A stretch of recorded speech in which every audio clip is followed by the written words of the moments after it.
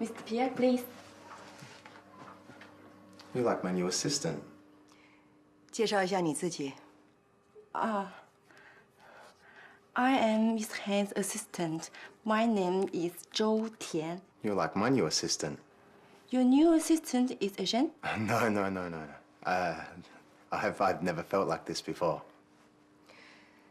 I thought you have 3 assistants already, but now you changed it to 1. Okay.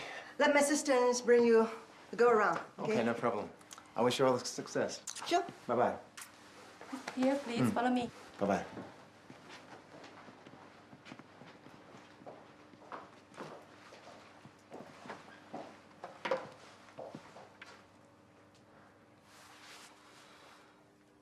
泰明、韩露，跟你打听件事儿啊。Mr. Pierre 最近有他的消息吗？这样，好，我明白了。什么时候回北京啊？好，回来见。知道吗？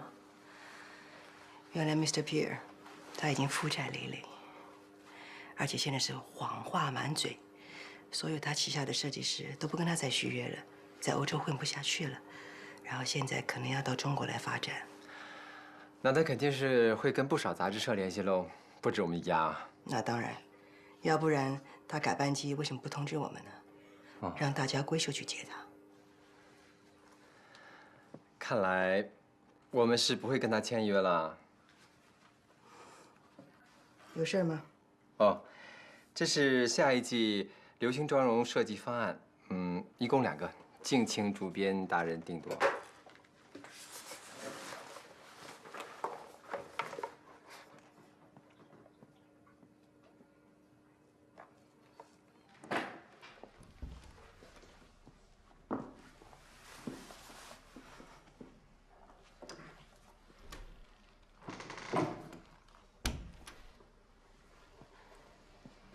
主编，对不起啊。 没想到第1天上班就出错，我一直以为自己不笨，可是没想到，连最简单的事情都做不好，还连累别人。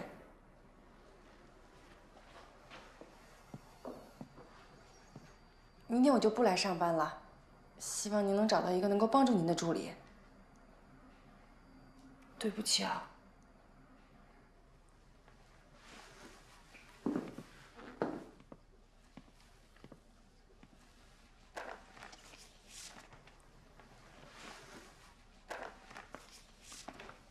昨天在这理直气壮跟我说话那个劲儿到哪去了？你今天的工作就是站在这里看我吗？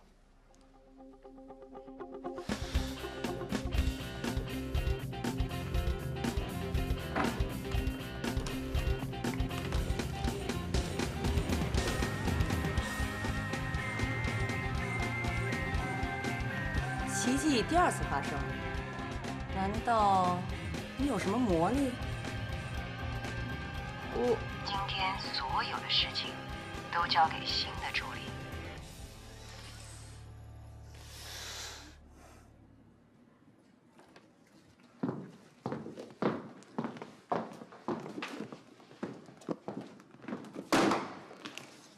这是今天的任务单和你需要的所有东西。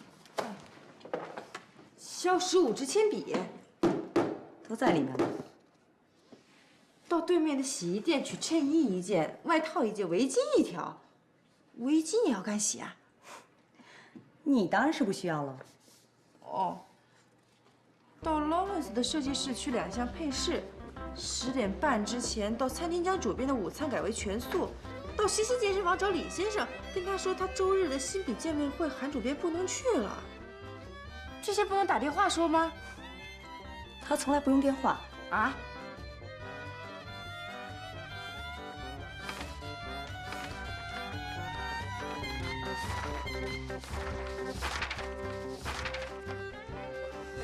买76号果绿色羊绒马桶软垫，安装在杂志社公司A3号专用隔间。我的咖啡怎么还不送进来啊？哦，好的好的。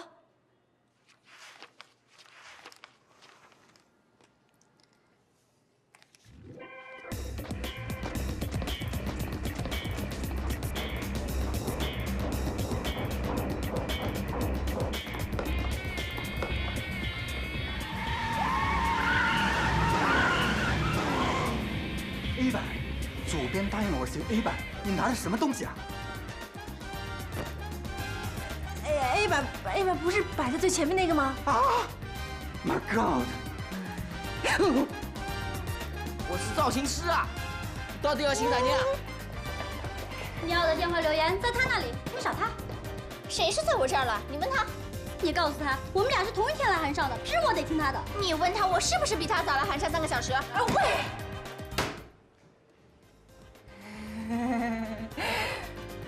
我只是想说，能不能先把留言给我，完了之后你们再慢慢找。哼，不能。你看看，这15支铅笔15个长短，你让主编怎么用？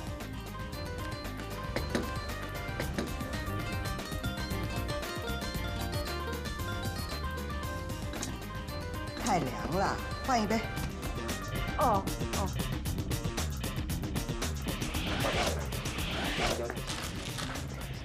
陆总监，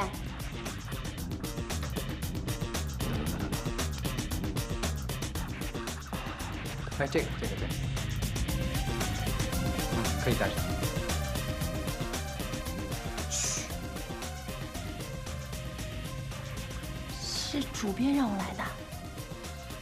嘘。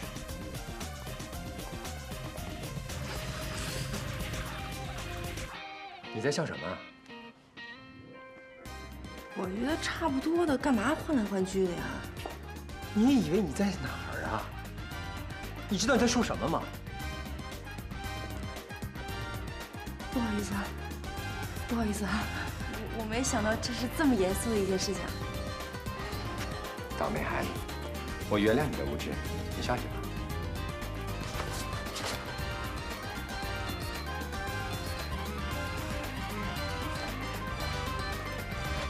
好，拍吧。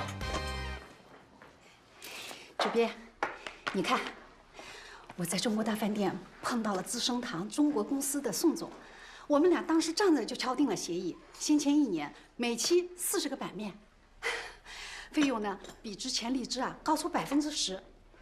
你看，现在就等您签字了。哎，除了资生堂，猫猫珠宝跟我也有进一步意向接触。主编，我想请问一下，韩尚的广告总监人选，你是怎么考虑的？你看，现在广告部没有人具体负责，很多事情都不太好办，所以我看还是应该尽快的定下来吧。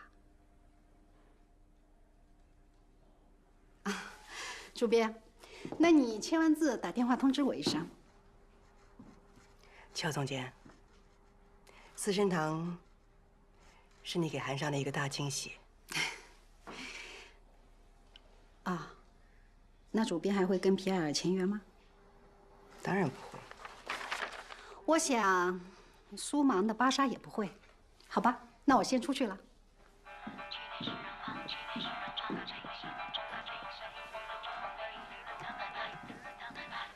尚董，哈喽，韩尚广告总监的人选你定下没有？正在物色。如果你那里没有很合适的，我看就考虑乔美美吧。你们相交多年，配合起来比别人更有默契。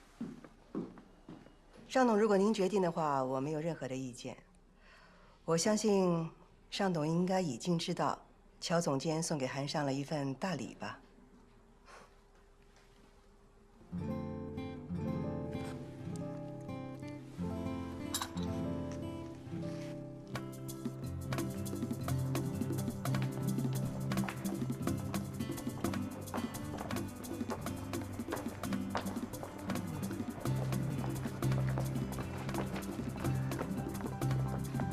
周天，周末你怎么来啦？接你下班啊？多远呢？倒了几趟车啊？到这儿我才知道我绕路了，下次我倒3趟就行了。你笨死了！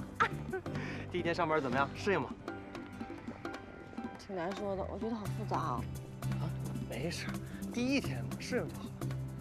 也许这儿的工作就是这么复杂吧。加油！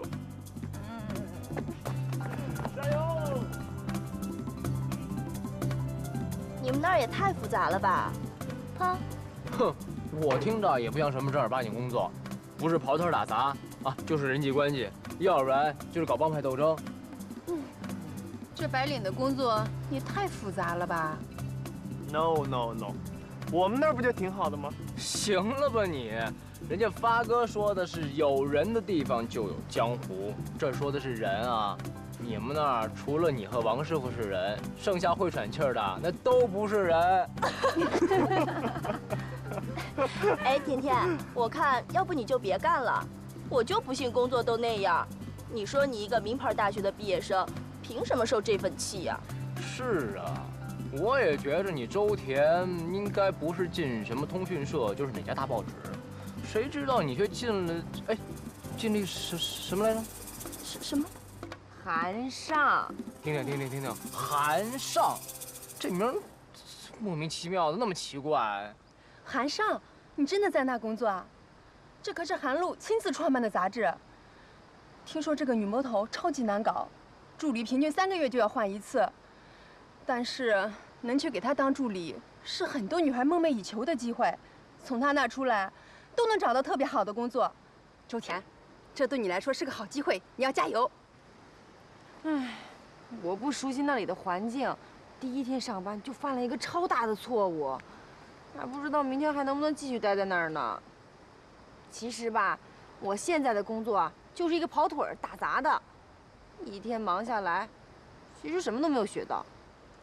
那就甭干了呗。你说挣这份钱多委屈啊！淼淼，不是每一个人都像你含着金钥匙出生的。哎，每天吃喝玩乐的，你说说你啥时候为钱愁过？就是，你可以不上班就不上班，因为你的老板是你的亲爹亲妈。我的老板可是你，我要不踏踏实实干活，我拿什么钱给你的凤兰交租金呀？哎呀，你们怎么都说到我头上来了？我是招你们了还是惹你们了呀？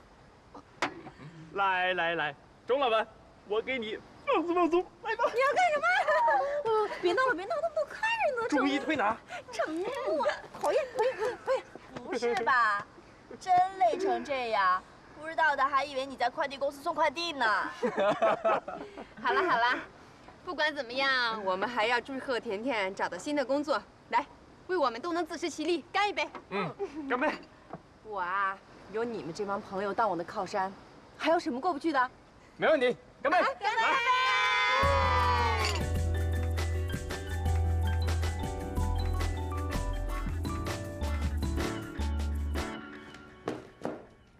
妈，哟，你怎么还不睡觉，还擦什么呀？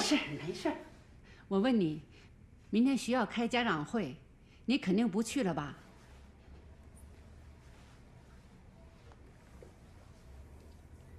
药吃了吗？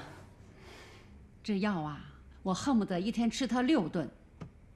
只要以后呢，能去给看看开家长会，不忘记老师都说了些什么，我也就知足了。没事儿的，明天我就叫我的助理跟康康的老师电邮，家长会他说些什么，我全都知道呀。你跟老师可以有点联系，你跟对象也能有点联系吗？对象？你真的想一个人过下去啊？妈，我一个人过得挺好的，操什么心呢？来，我帮你铺床睡觉，别擦了，走。好吧，听你的，别操心啊。5月11日，晴。第一天上班，我却是沮丧的，甚至有个奇怪的感觉，在韩上就像是在做梦一样。因为一个错误，我被罚的整整1个下午的跑腿。最清晰的是韩露那种女王般的模样。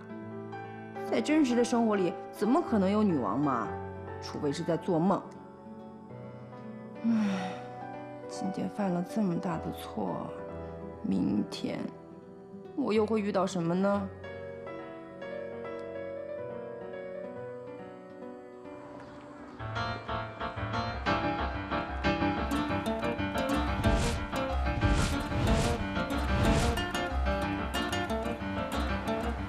去电视放，去电视秒钟，前面1分钟，背影像一缕动，往了一缕动，往了一次在考虑在试着考虑量，时装高则量，上网高则乱的长摸索，秋天才停车，秋天才停车，你一样的想你一样，人生就是为了太像，是为了太简单。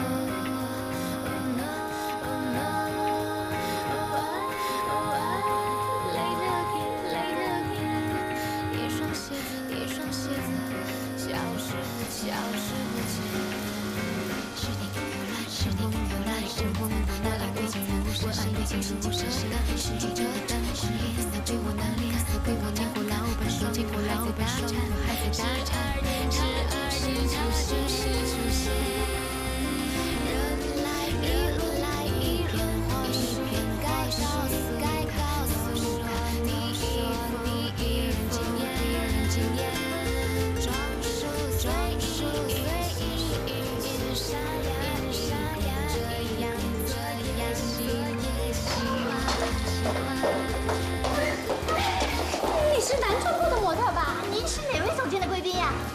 我马上走吧。小总监约了我。那就跟我来吧，跟我来。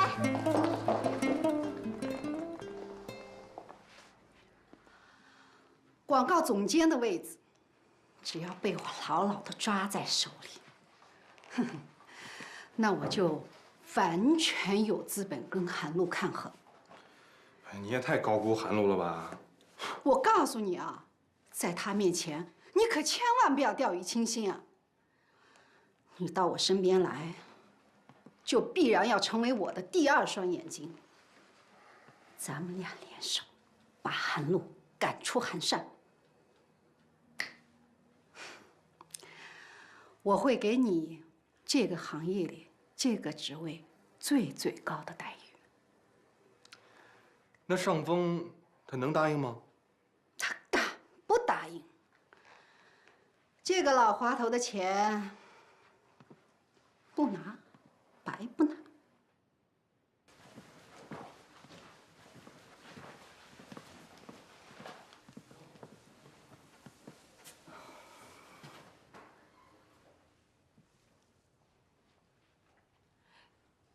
我去请乔总监。主编，不好意思，我刚才啊跟猫猫珠宝的董事长打电话，所以来晚了。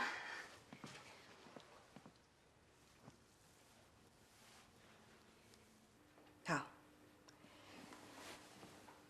今天我们会议的内容就只有一个，那就是韩尚广告部的总监由乔美美来兼任。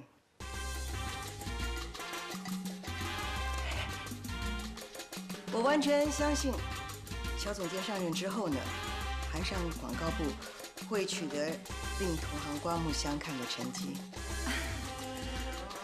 我特别感谢主编对我的信任，我会尽我自己的所有力量来为韩尚创收，给大家办好韩尚提供最好的条件。接下来呢，我就介绍一下我新请的助理。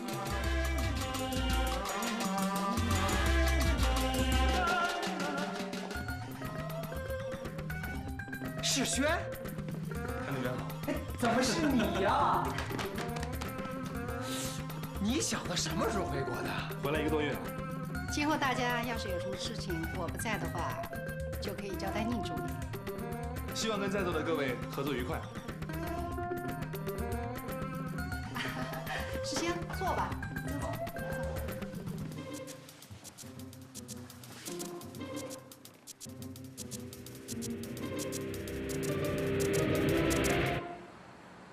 我对资生堂这一次广告的要求就是一定要惊艳、震撼，给读者留下最深刻的印象。放心吧，主编。再说了，有陆明来把关，我是很有信心的。哎呦，乔总监，您可别把担子压在我一个人肩上，我会害怕的哦。哎呦，你就别太谦虚了。对了，世勋也就可以随时听你的调遣呀。没问题的，我跟陆明是老朋友。陆明，下周我必须看到很完整的创意案。No problem。乔总监，你必须得力保我们跟资生堂沟通的渠道要畅通，有任何的反馈立即回答。好的。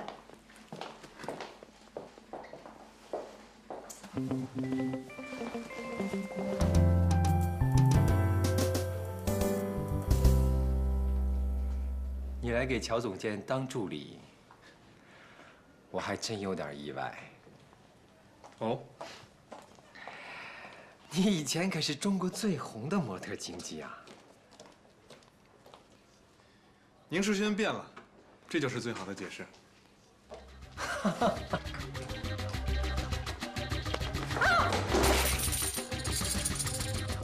你看，对不起，太不负责了。对不起，对不起。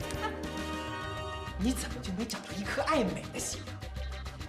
这些饰品，不管在金钱上价值多少，它们可都是宝贝，你知道吗？宝贝是需要呵护、需要宠爱的。小美，哎，过来，把它收走。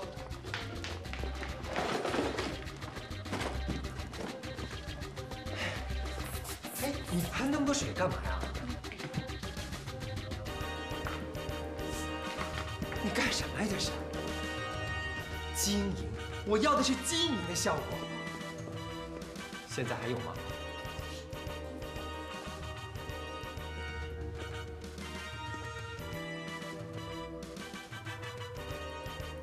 你在笑什么？这个水多水少有什么关系啊？后期不是可以修吗？这样多浪费时间呀！浪费时间？啊，不是吗？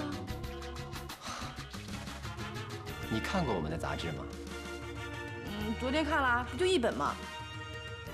对，目前还只是一本。看过之后，你记住了什么？很多图片，全是广告。你最喜欢哪本时尚杂志？别告诉我，除了一本《韩尚》，你没有看过其他的。我平时就是看看《瞭望》《新周刊》，哎，偶尔会看看《海外星云》。我认为你是找错工作了。你们的杂志本来就全部都是广告，除了广告还能让人记住什么啊？你们的杂志？我没记错的话，你可是主编助理啊。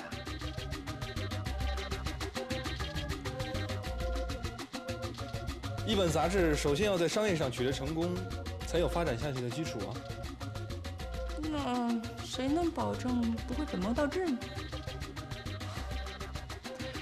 我这儿很忙，你还是上楼去吧。好。不过，我要提醒你，在楼上你千万别把刚才的话说出口。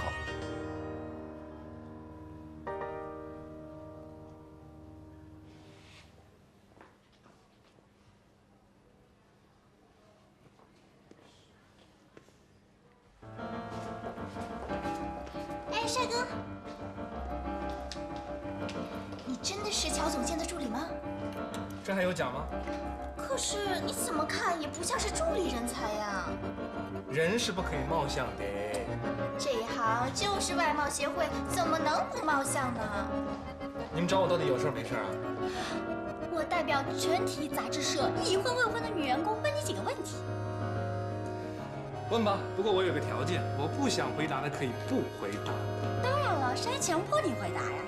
你听着，你是谁，做什么的？从幼儿园到大学，从来这上班之前到现在，是在什么地方做什么？未婚还是已婚？未婚的话有没有未婚史？已婚的话太太又是谁？你和周总监是什么关系？在哪认识的？哇，我说你们俩到底是 KGB 还是 FBI 啊？如果你愿意的话，你可把我当成女警察，她是女特务，像我们俩谁招供，我们都很欢迎的。姑娘们，你们真是聪明伶俐、活泼可爱。如果我现在不是总监助理，我真恨不得马上招供。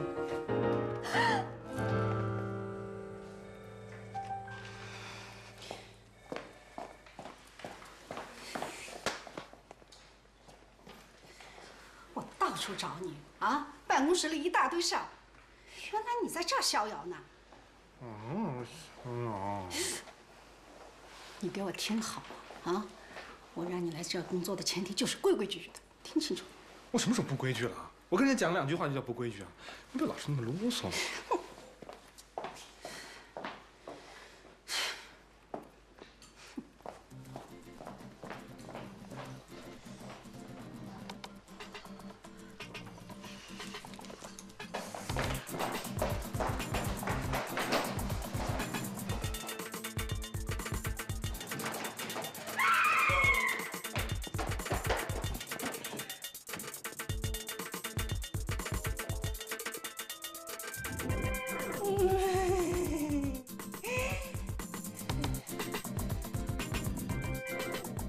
边还有没有人啊？应该没人了吧？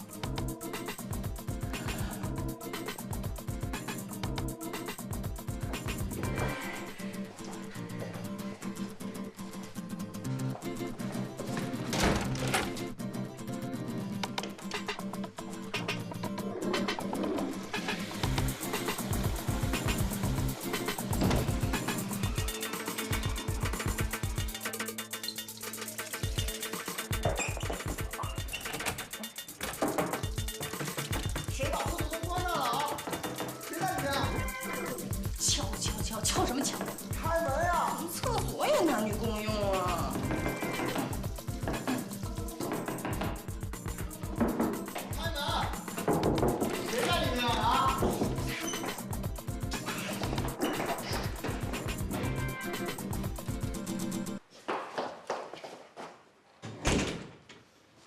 你叫什么名字啊？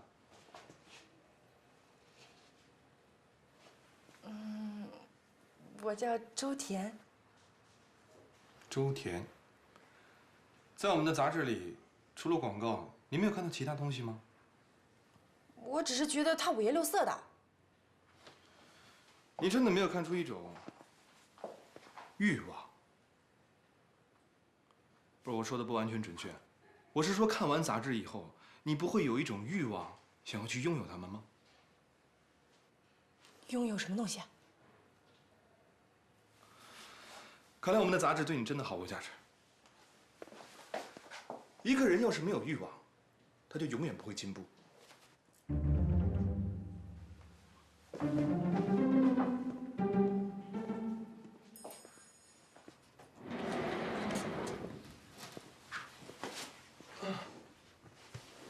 邱总监找我了。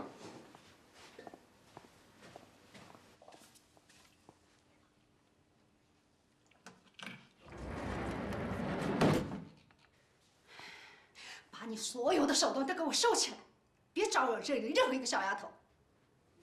那要是他们招惹我怎么办？你还嫌栽跟斗栽的不够，是不是啊？啊，你放了，你是怎么在国内待不下去，跑到国外去了？哎呀，姐，我知道了，我答应来帮你，一定会尽全力帮你的嘛。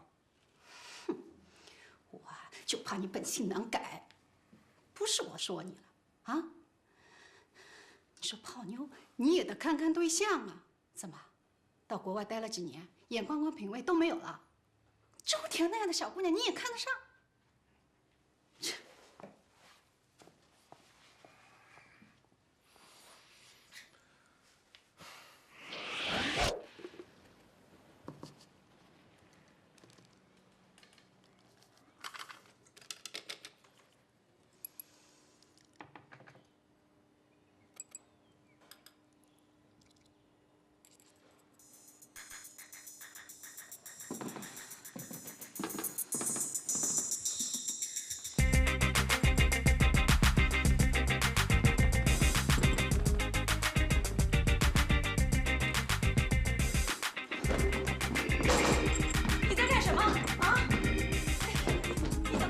吃饭呀你！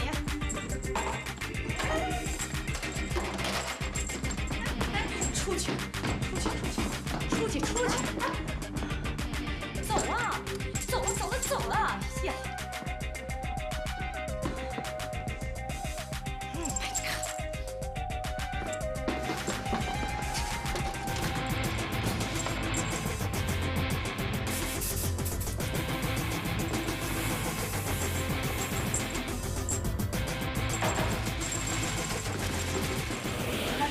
记着呢。哎，这是下午的拍摄方案，交给陆明，主编通过了。哎，我听着听着。哎，好的，我一定会尽快交给主编的。哎，卢先生再见。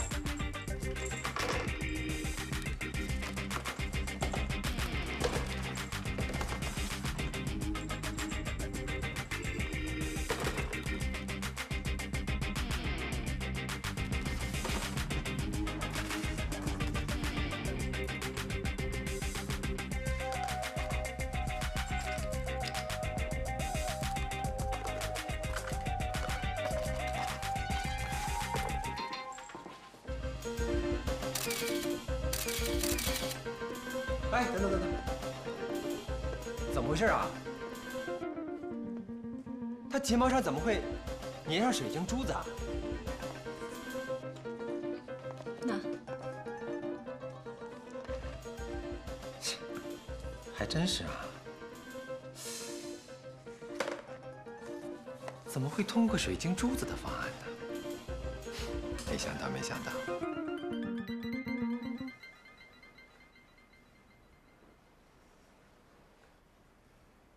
他们是一模一样的，所以我原来你人在这里上班，你的耳、你的眼睛、你的嘴巴都放在家里头。你以为在韩上，谁能够这样滥竽充数啊？现在还有没有补救的办法呀？您先把照片弄成有用的，再惩罚我，我会全力帮忙的。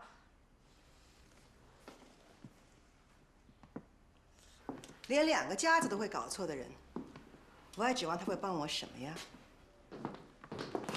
我试过了，所有的照片都是带背景的，用电脑去修改的话，既浪费时间，效果也达不到要求。可是这一批跟刚刚那个方案是根本没得比。没办法，只能重拍。但是明天我们就要把这些样张交给品牌商，你知不知道？所以啊，今天必须完成。可摄影师阿周正在去机场的路上，而模特 Mandy 下午还有一场秀。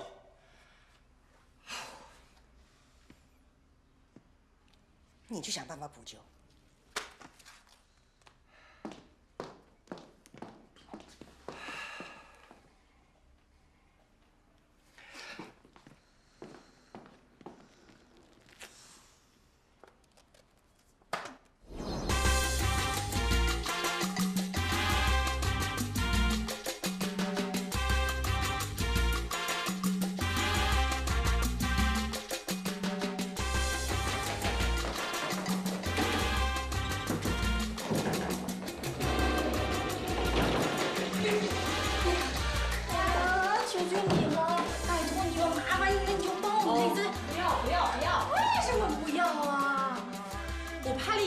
小姐，再说我后面还有事情呢。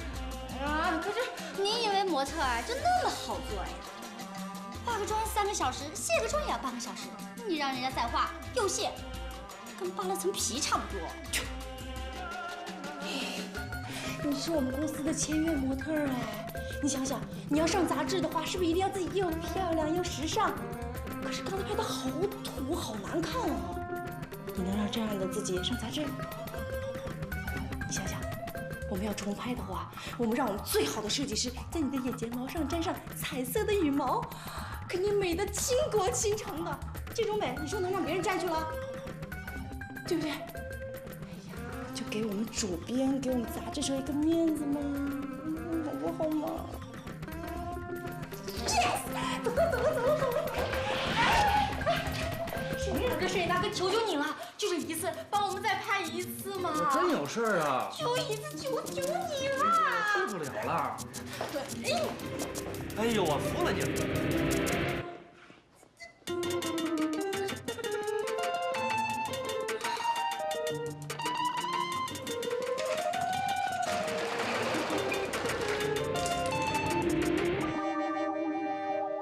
天哪！你这脸是怎么了？一天都带着妆，能不起痘吗？你们还非要让我留下来重拍？这可不是单纯的起痘问题，你这是过敏了。有什么分别？反正是不能工作。怎么了？不能拍了？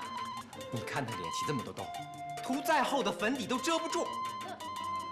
那咱们后期可以把它修一修吗？修，你就知道修。全世界的图片都拿去修，还要这些专业模特干什么呀？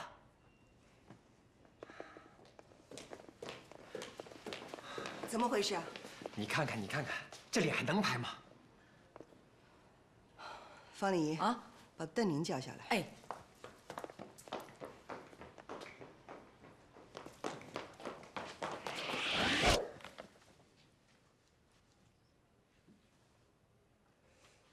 有点斑，不过不要紧，把粉底涂厚点儿，应该遮得住。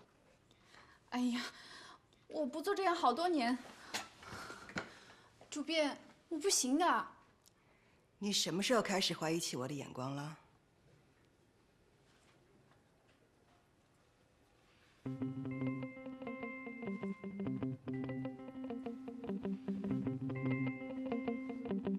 哎呀 ，OK， 被你们打败了。那我试试吧。可是陆明，你要继续找模特啊，我怕我不行的。OK， 化妆。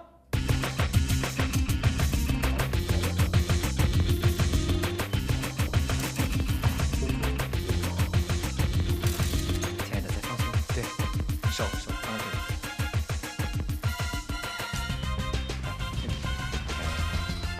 啊，放这边好，对，这个角度非常好。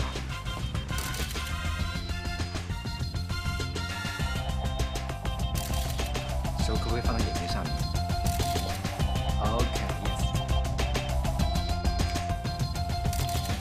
OK。贝贝，辛苦你了。可能模特开始有点进不了状态，就劳您神，多调动他。咱们每个妆也多拍一点，然后咱们选片一定要大一些，好吗？好。找什么事儿？亏你们都是杂志社老人了。来 ，OK， 戴玲，开始。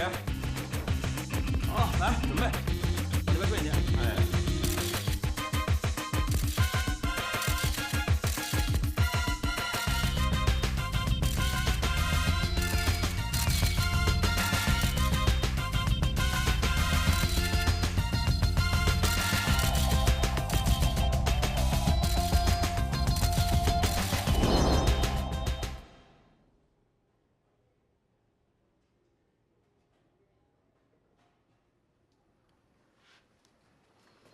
看头照，不错不错，看看下面，哇，真不错，这点也不错。哎呦，辛苦。邓玲，你的表现太棒了。好，那我先去准备下一组吧。好，辛苦啊。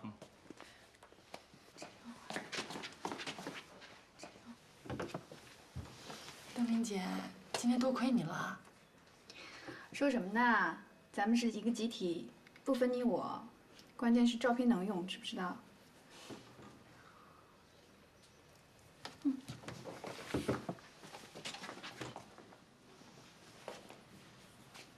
陆总监，对不起啊。我一直要求自己，在我工作的时候，永远不要有机会说对不起。这不是不能做到。如果你真的用了心的话，周天，在这里想要别人接受你的话，至少得什么？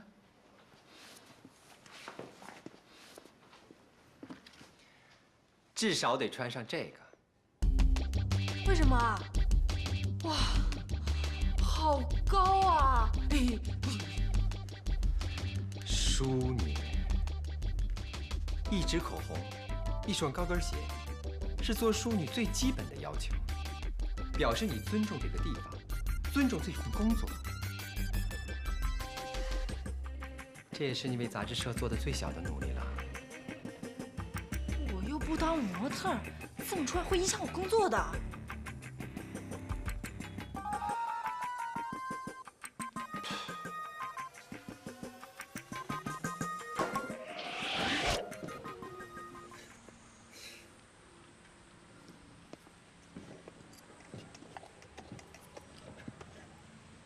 你是在用太阳能热饭吗？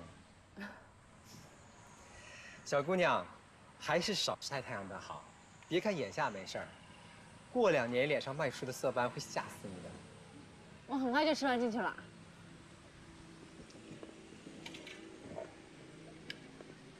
前面右转有家餐厅，大家都在那儿吃午饭，不算贵。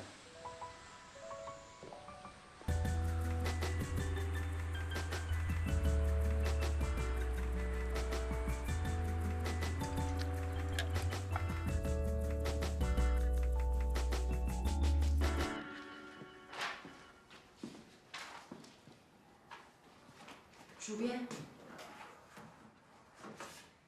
又来辞职吗？不，我是来承认错误的。那有什么不同吗？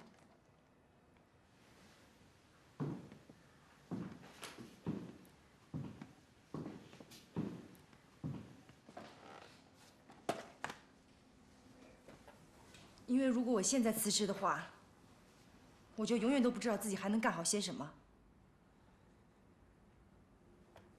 杂志社每一次拍照都有一定的费用，重拍必然就是超支。你犯的错，你超的支，必须由你去负责。嗯，我负责。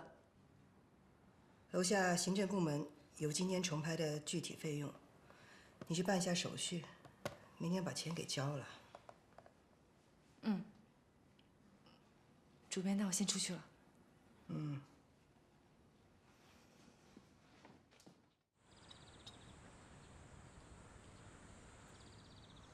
拍套照片要这么多钱？这是制作部今天早上刚刚送过来的明细。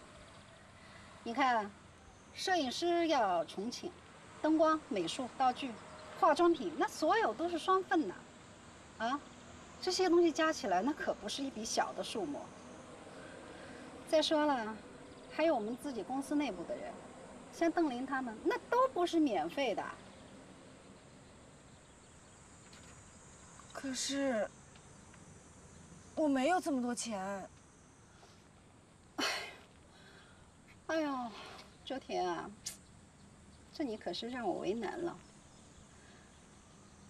重拍的费用由你来承担，那可是主编的意思啊。在我们韩上，有谁敢不执行主编的意图啦？我看，你还是赶紧把钱凑齐吧，别让会计为难啊。我这儿有个便签，很重要，你帮我收起来哦。哦，对了，明天是星期三，给准备一杯红茶就行了。什么声音？啊？你吃过饭了？还没，只喝了一口汤而已。喂，我是以为你有急事才跟朋友告假帮你加班呢。怎么着？想跟我讨价还价？事情忙完，我先走了。哎，等会儿还有一件事儿，明天有人要给我送花，抬头会写周小姐，你帮我收一下啊。我的姓？网友没必要那么认真吧？网友，你有没有搞错啊？哎，对了，还有啊，周田，明天那个事儿你可别忘了提醒我啊。喂，周田，听着了吗？喂，周田，周田。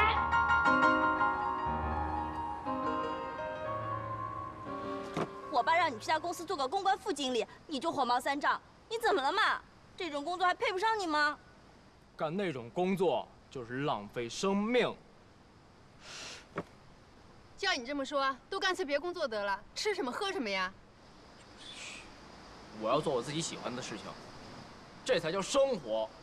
哎，如果这社会上每一个人都是为了生存而去工作，那这个社会一定是不健康的。行了行了，你们俩呀，一个是写少年维特的歌德，一个是娇生惯养的富家女，这件事上根本你们绝对是谈不拢的。什么跟什么嘛？我看呀，他根本就不是什么歌德，他倒像那个心比天高、命比纸薄的贾二爷。好啊，你说我是贾二爷，那你就是那个势利的，唯恐夫君得不到功名的薛宝钗。我势利？你就势利。我哪儿势利了？你就势利。不势利。势利。不势利。势利。势利。势利。势利。势利。势利。势利。坏了！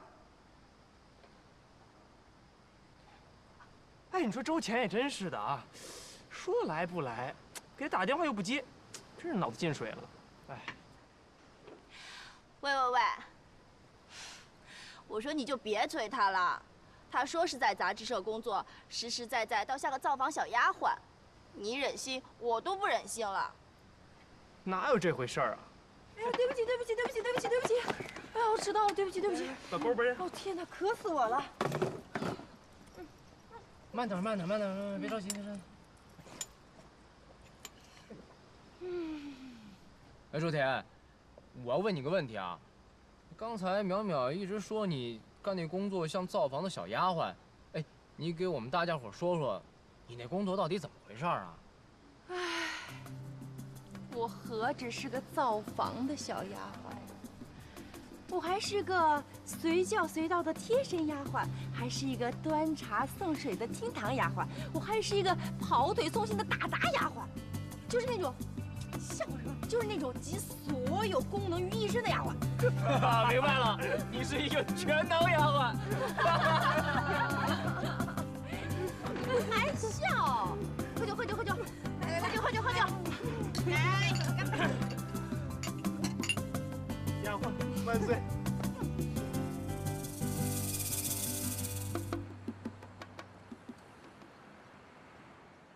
我卡里只剩2000多块钱了，怎么办呀？哎，周末我下班拿给你啊！记得通知经纪公司，3点钟我必须见到他们推荐的模特儿。还有崔崔晶晶，我到现在都没看到样片。打电话给迪奥找那个洪小姐，新款到底什么时候我能够看得到？好。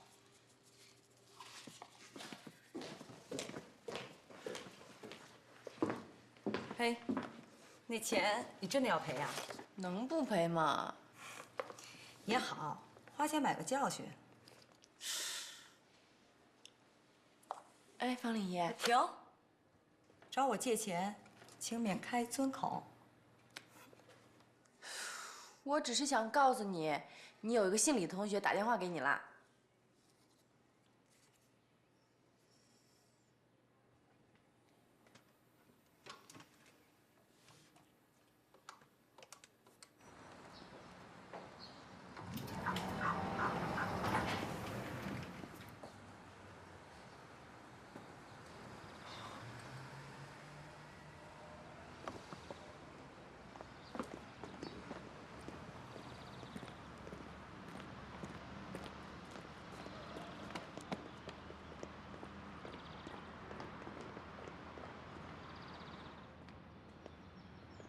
我不想让周田看到。为什么呢？真不好意思，跟你也不是太熟，还来麻烦你。没关系了，好像上次你有帮过我啊。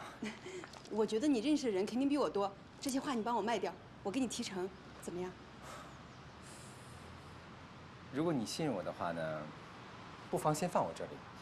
要是有人买的话，我立刻通知你。可是，我想今天就把它卖掉。今天？嗯，我急需要用钱，最迟今天晚上就要。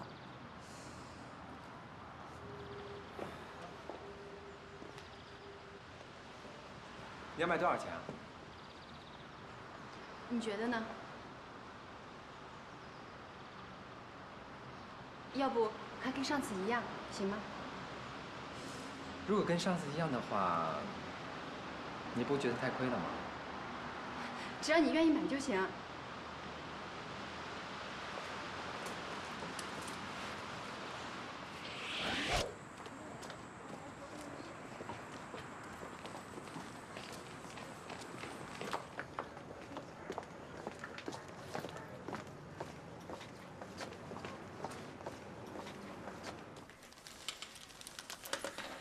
阳光少年。哎，对不起，我们已经下班了，请问你找谁呀？我来接周田。那你是周田的男朋友？那你是干什么的呀？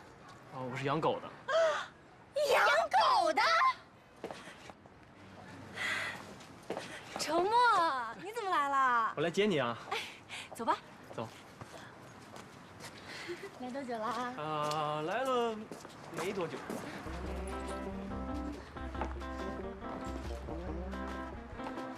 丽丽，你看，那就是周田的男朋友。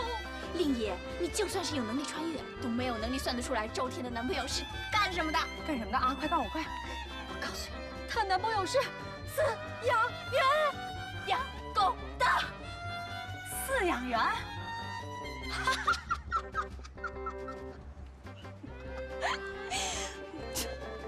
他也就配找个养狗的。拜拜。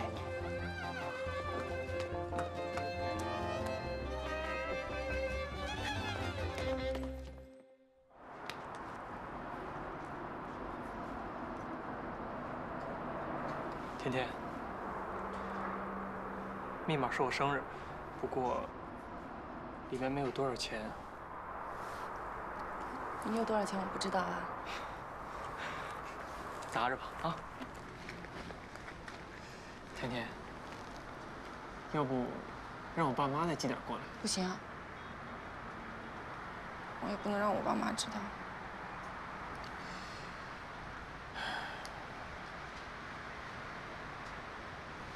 哎，向淼淼借吧。你要不好意思开口，我跟她说。嗯。周末，我真的弄不懂。我错了，我承认，我也努力去弥补我的错误了。我不明白为什么他们还要像这样惩罚我。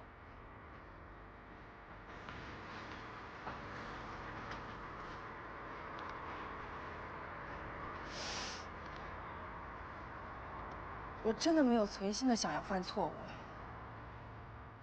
陆明说我工作不用心，我没有，我真的没有。我又想努力的做到更好，真的。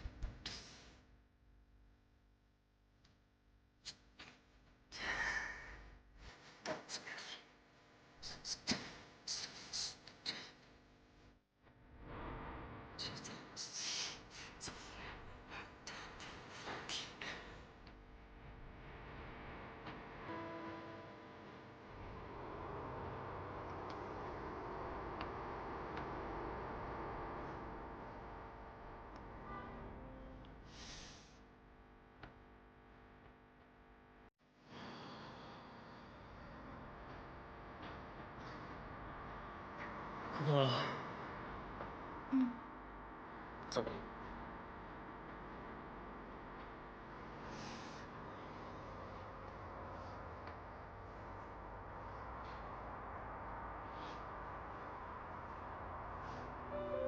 干什么？我眼泪。干嘛擦我身上啊？你干嘛擦我身上？是你非要我擦下来，我可没让你吗？你这只宠物怎么不听话呢？啊！讨厌！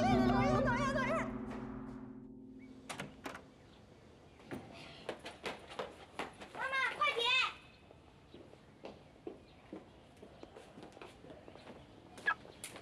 阿芬娜，记得到点儿去接康康放学哦。放心吧。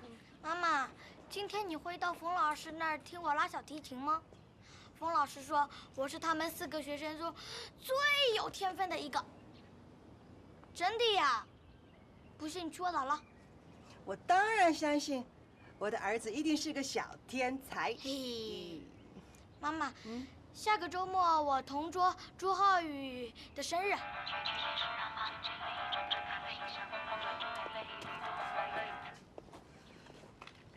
陆明，在哪儿呢？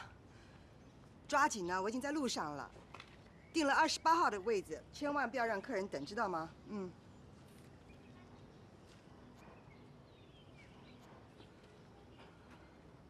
钱总，韩露，下午我需要把那些备用所有的衣服你都拿来给我看，好吗？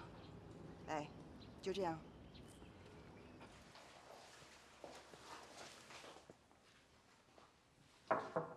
进来。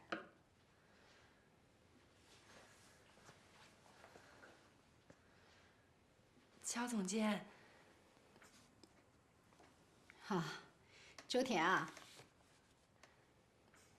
钱我还没有凑齐，可不可以晚几天呀？几天啊？也许2、3天就可以了。也许4、5天，最多1个礼拜，我就把钱凑齐，绝对不会赖账的。哎呀，你这丫头性子还挺急哈啊！哎，这样吧，我看每个月从你工资里扣1000块钱，直到了扣够为止。你有意见吗？行行。可是主编能同意吗？这件事情我说了算，你在主编跟前就不要再提这件事了。乔总监，谢谢，你真是帮我解决了一个大难题。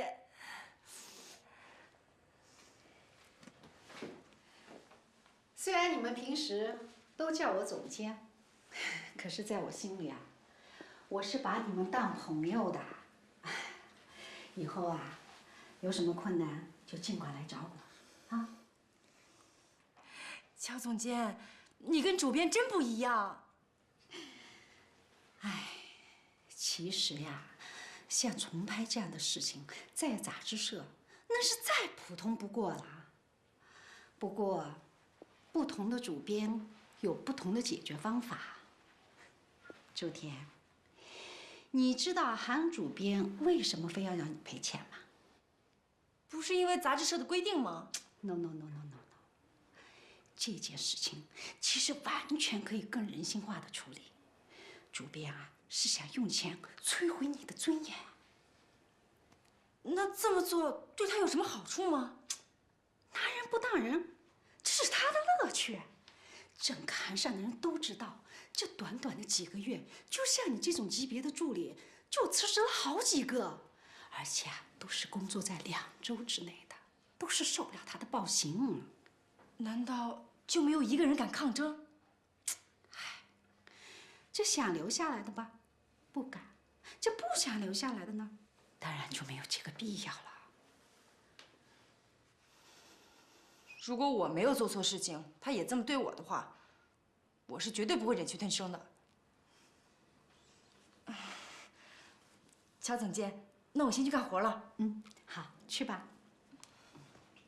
哎，周田，我仔细的想了想哈，还是这样吧，每个月呢，先扣你500块啊，这样发工资的时候，你也可以多买几件衣服，好在男朋友面前漂亮漂亮。谢谢乔总监，不客气，去吧。从现在开始，你要牢记你听到的每一个字。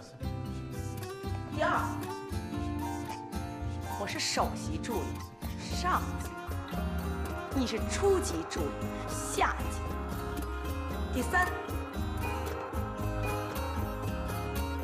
你首先为我跑腿，我不在的时候才能让你为主编跑腿。跑腿？废话，助理不跑腿跑什么？请你学会用嘴说话。因为主编在跟你说话的时候根本不会看。哦，知道啦。喂 ，Hello， Pierre， 那 what？ Number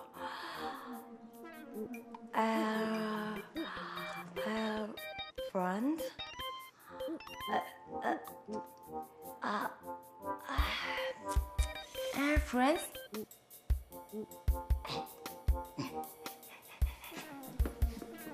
快，给他接。Hello。Okay. Hold on.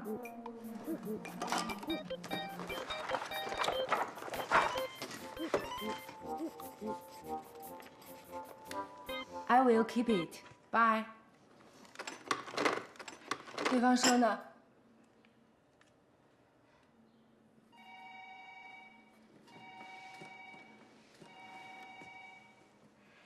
对方说，皮埃尔先生是坐明天早上法国航空公司的 AF8090号航班，准确到达时间是早上5点15分，让我们去接机。他说他没有带随行人员，就一个人，但是行李很多，让我们找一个大一点的车去接。好吧，你今天可以走了。明天上班第一个任务，接机。哦，皮埃尔是什么人啊 ？Oh my god！ 你这个问题最好别让主编听到了。皮埃尔是什么人？皮埃尔是全世界时尚界里最著名的经纪人之一，世界上很多大名鼎鼎的设计师都是他的人。你最好上一下百度，搜一下皮埃尔的资料，别明天见了人家一问三不知的。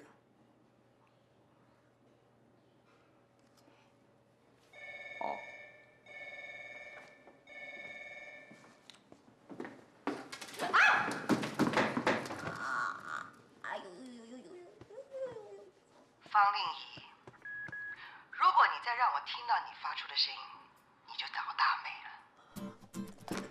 了。对不起，主编。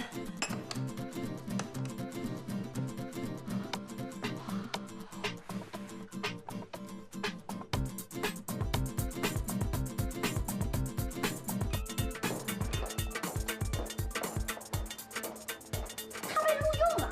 怎么可能？难道他是主编的亲戚熟人？当然不是。那他父母双亡，兄弟失散。主编起了恻隐之心，动了慈善之念。绝对不是。那他真的过了主编面试的魔鬼三关吗？不可能！要是真的，咱们俩的名字倒过来写。莫名其妙，倒过来，奇妙莫名。哎，我看这倒是唯一的解释啊。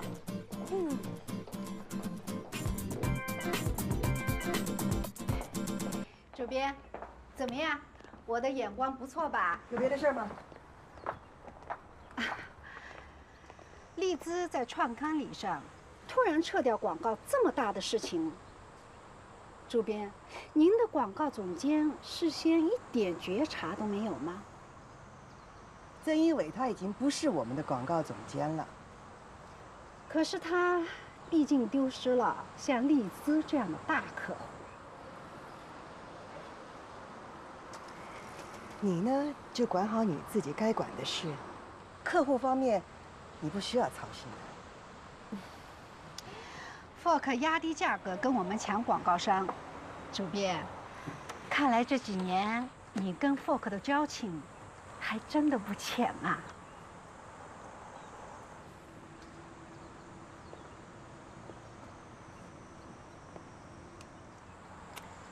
我来，主编，来，我来。慢点啊，主编。